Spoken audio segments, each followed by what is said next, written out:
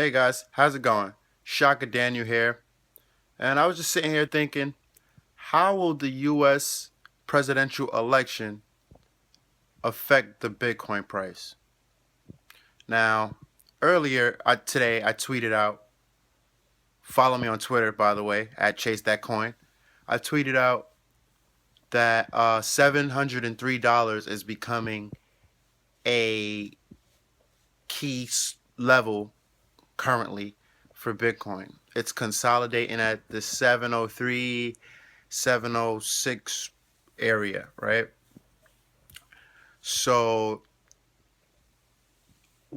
if you don't know about consolidation, trading consolidation, that's one of my favorite things to do because if you trade it right, the direction that it's going it has a good excuse me, I can't even speak right now. The way that it's going, it has a good chance of continuing to go that way. So consolidation is one of my favorite things to trade. But one of the worst things you can do in trading, and you heard this from me, if nobody else has ever told you, I didn't make this up, but other people probably won't tell you.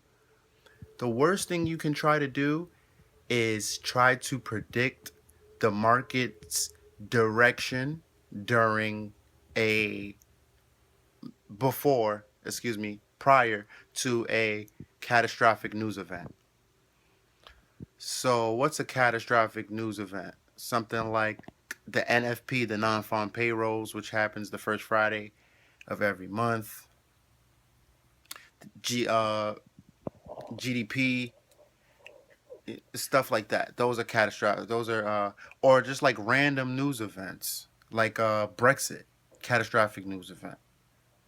Even though the other ones are more so not really catastrophic because those are like scheduled and they happen on a certain schedule, but they are very huge news events. Where we can put those in a catastrophic category. But the worst thing you could try to do is look at the chart and be like, okay, it's gonna go here, and place a bet prior because you're gonna get it's a 50% more, probably more than a 50% chance. I'm gonna say it's about a 70% chance that your account is gonna get wrecked on those moves.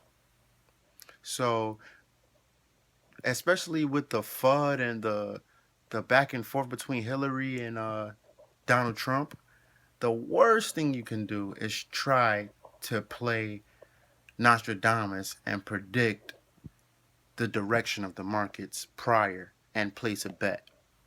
People are going to get wrecked from this. People are going to get wrecked from doing that. It's going to be a lot of margin calls.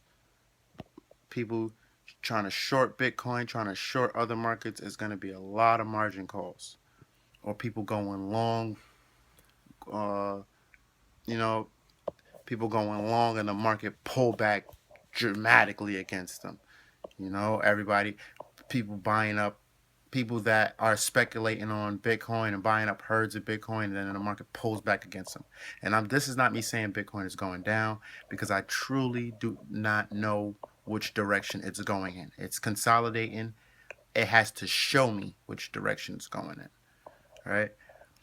But and it's a way that it's a way you get to see, you know, you have to have that eagle's eye to see what it's showing you. But when it's consolidating, there's ways to see, you know. So my advice is maybe take the day off, sit back and chill, and just watch. Because this catastrophic news event can last up. The effects from this, I think, could last for like probably like a couple days, and then the market will pull back and get back into its normal range. And then the market will continue to slowly factor in whoever won, whether it's Hillary or Trump, you know? So don't get caught up in this madness. Don't try to be master day trader because people who really follow me and really know follow me on Twitter and follow this channel for a while, they know I don't day trade. I don't day trade anything. Day trading is stressful. It's not good for your health. It's not worth your time. The amount, because people day trade, right? But they don't tell you about how much they sit in front of the screen. They don't tell you that part. They just tell you that they day trade, but they don't tell you that they sit in front of the screen for hours, and they're, if the market shoots in their up in their direction, they're happy, and if it pulls back against them, they're really sad. They're going through mood swings. They don't tell you these things. So I don't day trade. So even, and I'm not saying that I'm, because I know a lot of people that are my friends and other people that are profitable from day trading, but they're slowly transitioning into a longer term, well, something like what I do. But tomorrow, even if you are a profitable day trader, tomorrow is probably not the time to do it. Don't get wrecked. I called out Bitcoin's crash the other day prior, hours before, probably like 5 hours before, the day of 5 hours before. But this time I can't. I don't know because it's consolidating, and I personally think, depending on who wins, once they announce who wins, then I can say which direction it's gonna go a little bit. But until then, I really don't know. It's consolidating, and I'm gonna let it show me. I'm gonna have that my eagle's eye on, my thinking cap on, and then a couple days later, I'm gonna be looking for my entry. So yeah, like and subscribe, guys. Give me a thumbs up, thumbs down. You guys can email me at chasethatcoin@gmail.com. You guys can follow me on Twitter at chasethatcoin.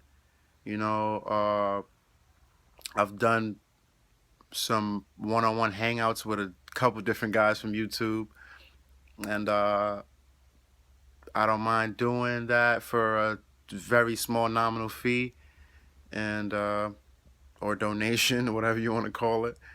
But yeah, we could do that. And if not, I definitely still answer questions for free, and I respond back to emails, and I definitely talk to my Twitter followers, and I appreciate my YouTube subscribers and the people who haven't subscribed yet.